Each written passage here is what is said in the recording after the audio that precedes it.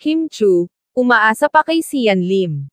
Hanggang ngayon nga umano ay pinoproseso pa din ni Kim Chu kung paano sasabihin ang hiwalayan sa 12 years na relasyon nito kay Sian Lim. Ayaw pa ng aktres mag-announce dahil umaasa ito na maaayos, at mapag-uusapan pa nila ito ng ex-boyfriend na si Sian.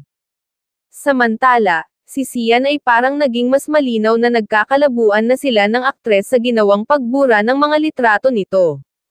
Mainit ngang pinag-uusapan ngayon sa social media ang naging revelasyon ni Kim Chu sa gitna ng mga haka-haka na hiwalay na sila ng longtime partner na si Sian Lim. Nagulat at naawa ang ilang fans na ang sagot nito sa tanong kung kumusta ang buhay pag-ibig niya. Ang love life ko ay nakahang ngayon. Parang telepono na nakahang. Sari-sari ang mga reaksyon ng netizens at ang sabi hanggang ngayon ay umaasa pa din si Kim na magkakaayos sila ni Sian.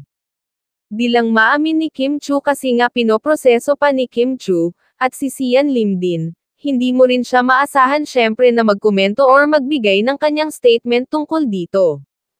May mga nagsilabasan ngayong haka-haka na isa sa mga dahilan ni Sian Lim kung bakit hindi pa ito nagpo-propose kay Kim Chu dahil ayaw pa niyang magpatali sa aktres. May mga naglabasan pang isyo patungkol sa totoong ugali ni Sian Lim sa totoong buhay. Masama umano ang ugali nito at mainitin pa ang ulo.